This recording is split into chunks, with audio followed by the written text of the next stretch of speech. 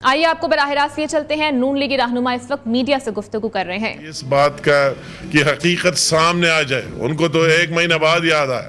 اس کی انکوائری ہونی چاہیے کہ اس بات کا کہ حقیقت سامنے آ جائے، ان کو تو ایک مہینہ بعد یاد آیا۔ 9 فروری اور 9 مارچ ان کو تو ایک مہینہ بعد کل یاد آیا کہ آؤ اس پر بھی پوائنٹ سکورنگ کرے، اس سے بھی کوئی اور مقصد نکالے، کوئی بات کرے ایک مہینہ بعد۔ مگر ہم نے تو اسی دن کہا ہے اور آج بھی کہتے ہیں، اس میں کوئی دوسری بات نہیں ہے کہ بالکل اس کی انکوائری ہونی چاہیے جس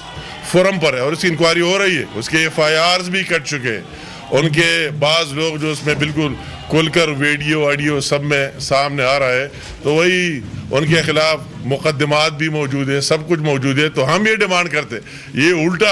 الٹا بات انہوں نے کر دی کہ جب ان کو یہ ڈر لگ گیا کہ اس کی انکوائری ہو رہی ہے اور تحقیق ہو رہی ہے، اور جو لوگ اس واقعے میں ملوث ہے ان سے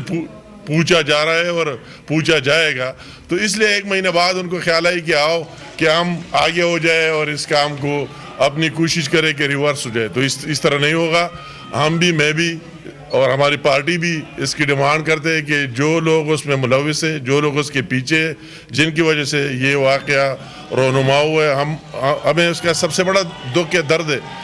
جو بچے اس میں چلے گئے وہ مجھے اس طرح ہے جس طرح اپنے بیٹوں اور بھائیوں کی طرح مجھے اس کے خاندانوں کے ساتھ بھی تعزیت اور افسوس کی ہے، اور مجھے اتنا دکھ ہے جتنا اپنے بچوں کا ہو۔ اور اس لیے ہم پوچھنا چاہتے ہیں کہ اپنے سیاسی عزائم حاصل کرنے کے لیے اس طرح واقعات کی روک تھام ہونے چاہیے، اور اس واقعہ کے ساتھ میں اگر آگے لنک نہ کرو اور یہ بات نہ کرو، یہ وہی لوگ ہیں جو 9 مئی کو عمران خان اپنی سیاست کو زندہ رکھنے کے لیے پاکستان کی عوام کی خون پر سیاست کی۔ انہوں نے تو اس طرح پلان بنایا کہ آؤ نکلو، ہر جگہ حملے کرو، ہر جگہ گھس جاؤ۔ میں اس دن ہماری اسپیچ کی باری بھی ابھی تک نہیں آئی۔ انشاءاللہ تعالیٰ یہ باتیں ہم یہ ون سائیڈڈ ٹریفک نہیں ہوگا، ہم اس کو کاؤنٹر بھی کریں گے اور اس کا جواب بھی دیں گے۔ اسی دن یہ بات کہ کچھ نہیں ہوا 9 مئی کو، یار آپ وہی دن بھول گئے، وہی جو ٹول پلازوں کو جلا دیا گیا، PTV کے اندر گھس گئے پشاور میں، اور وہی چاغی کا پہاڑ اور پورا